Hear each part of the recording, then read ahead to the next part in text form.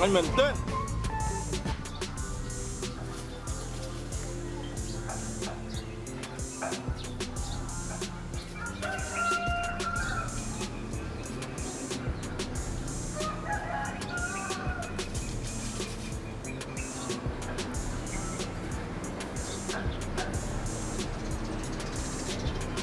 Good morning my friend សួរមែនតែនងើពីដេកនៅឯ Hello ជំរាបសួរបងប្អូនបាទថ្ងៃនេះវគ្គហូប oyster បាទ oyster ល្អមែនទេបាទវគ្គញាក់រស័យទៅគឺឆ្ងាញ់មែនទេនេះ oyster របស់យើងបាទឥ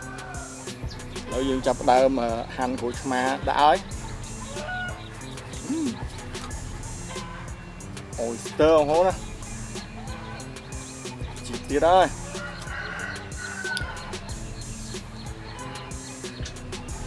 ហូបឆ្ងាញ់ឲ្យបងប្អូនមើល Good morning my friend សួរមែនតែនងើពីដេកនៅឯយ៉ាងយកបៃហ៎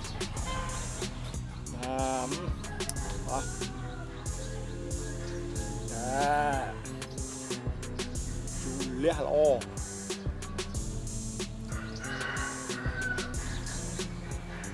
ដាក់ឆ្មាច្រើនមក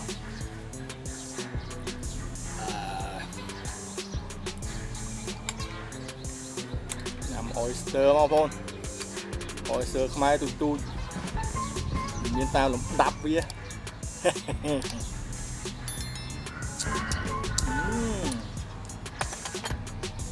ាក់ទៀត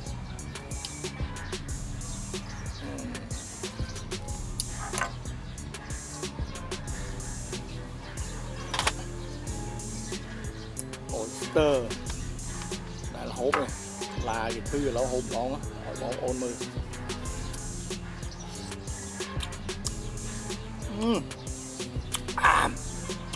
ជូ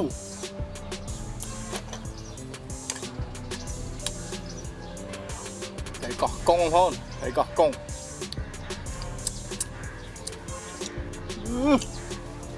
អីហ្មងទូអែមមុំបាទយើងមានស្រែសមុទ្រនេះសមុទ្រជីអីពុកមុខសក់អីចិត្តសក់ហ្នឹងបងប្អូនតែសក់បាច់ចិត្តខាំមកដល់មូលបានណែអាដល់មូលមកនេះធំថេតអីដើមក្រហមពងហ្នឹងបងប្អូននេះបាទតោះហូបអស់គ្នាតាមដានមើលបាទឆ្ងាញ់ឬមិនឆ្ងាញ់ឆ្ងាញ់អ្នកហូប oyster ឆ្ងាញ់អ្នកហូបបាទឥឡូវយើងសាហើយបាទសាឲ្យមើលថ្ងៃនេះគេធ្វើផ្លូវចិត្តផ្ទះវាថ្លង់ទេបងប្អូនអត់ដែលនេះសាមើលនេះដាក់គ្រប់មុខមើលអញ្ចឹងបងប្អូនណាអត់ដែលញ៉ាំទេសាមើលណានេះសាមើលអត់ដែលសងបងប្អូនណាបាទមិនទេហូបមិនទេ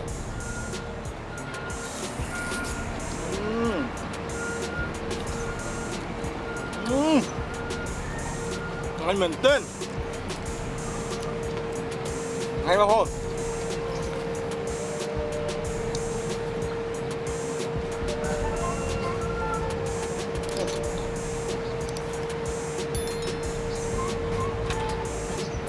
đã hộp một nhóm đó thế ngay cho nó thôi tìm không chi tiết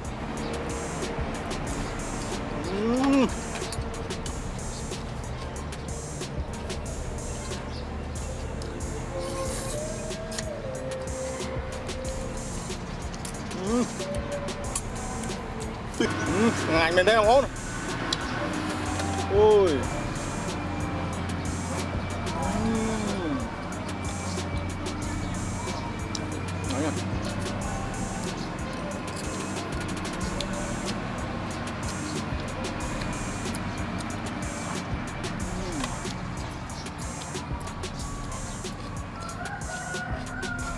chết mà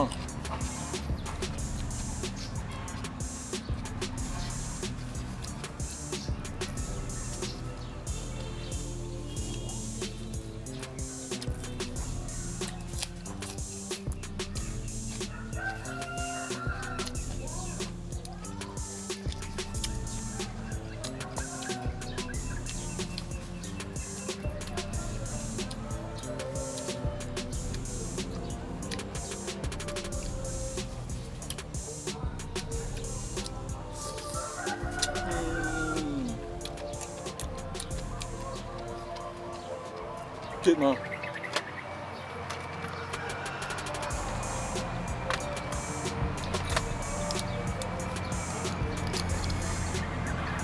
hiện tôi chứ không thôi tới ngay à tôi chứ tìm mà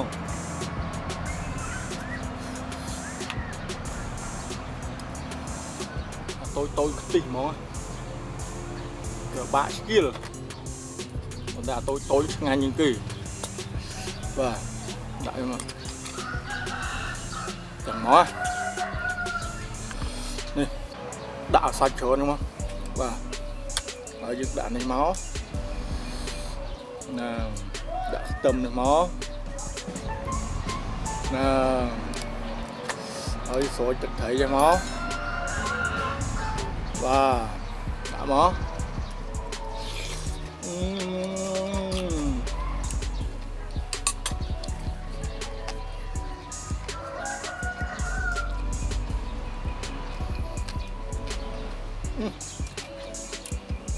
Cầm bọn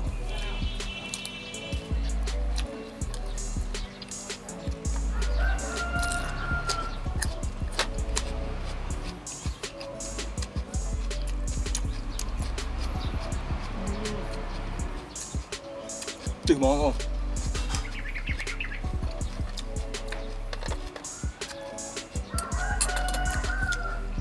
tôi tầm miết đây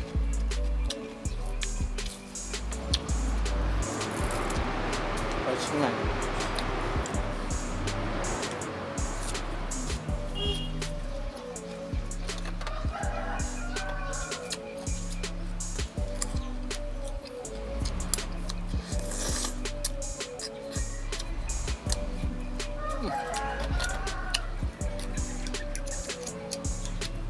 tỉnh mà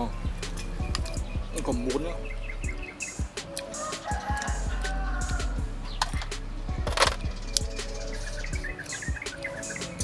bún nó ngon nữa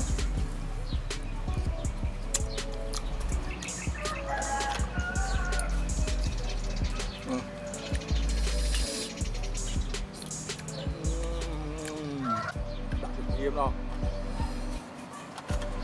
tôi bà trắng này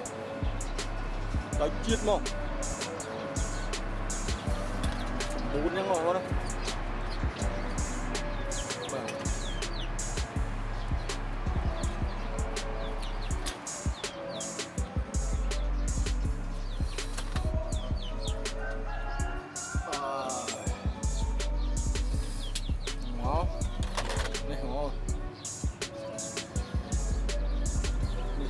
tầm hòm những bóng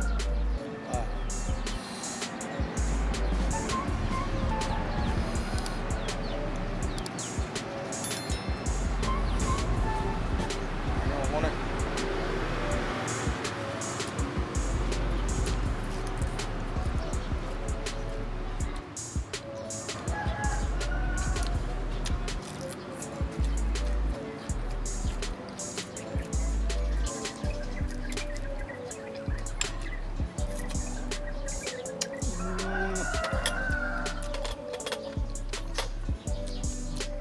bạn không à chơi lại kia vừa ra thì bỏ với cơ mà bạn bố đó bà cầm chèm này hộp trắng vào thôi nè tiêu chẳng vô miệng đại dưới cả đôi thằng nào cho nó này chèm nó rồi tôi nhanh mà nghe không gì đấy nè nữa thì nó ngọt đầy mà.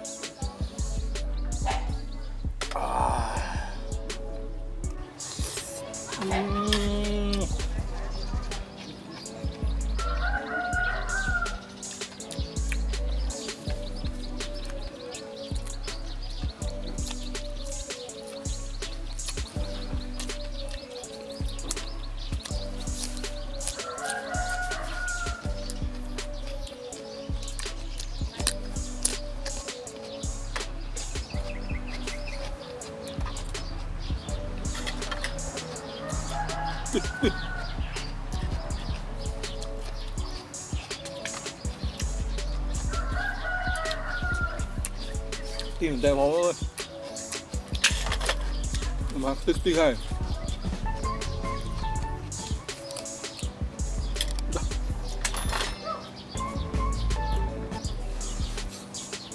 sạch vào phần này mà con này sạch vào phần này ha và cái phần năng mà con rồi trong ai đây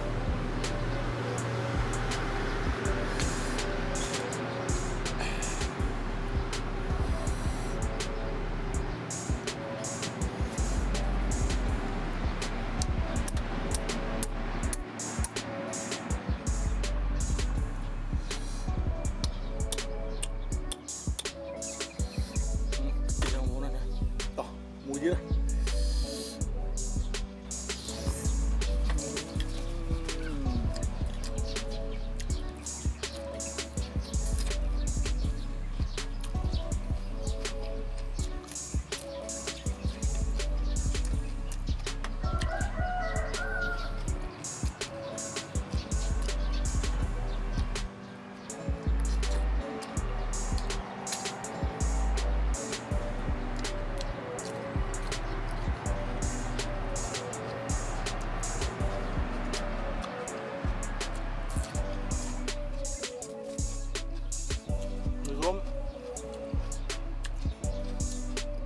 hô bằng mặt ở trong hô bằng mặt chứ ngon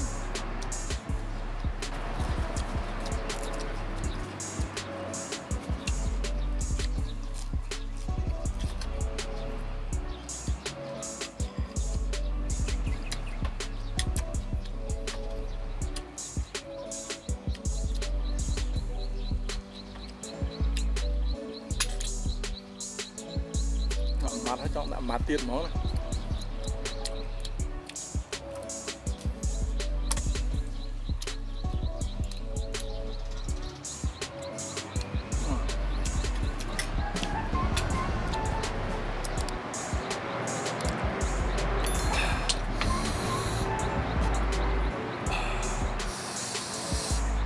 cái giò thôi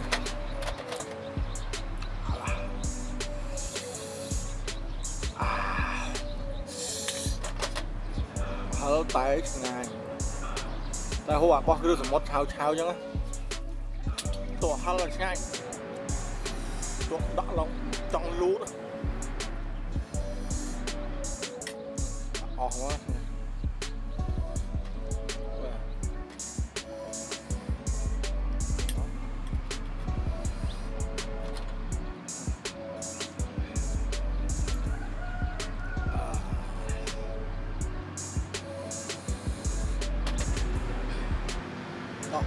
hộp vào theo không? Rồi.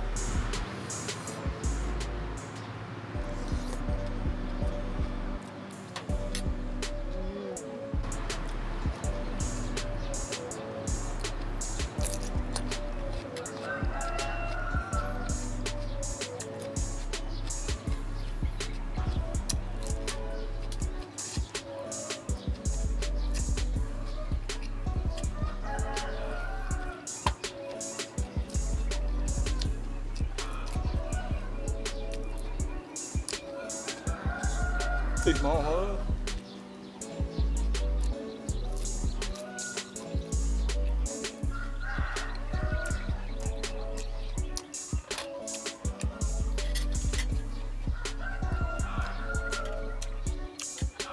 ba đồng thôi lấy vô bầm mô hỏi bà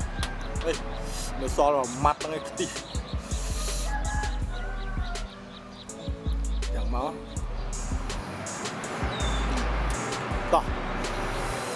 mặt trong rối ngay nhau ọt tròn lên thì bị ọ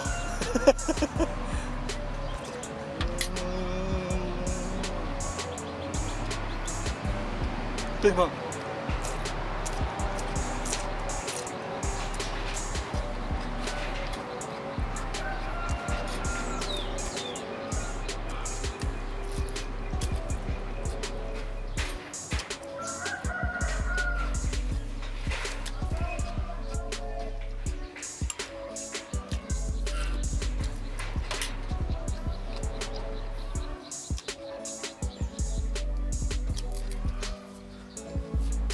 này chi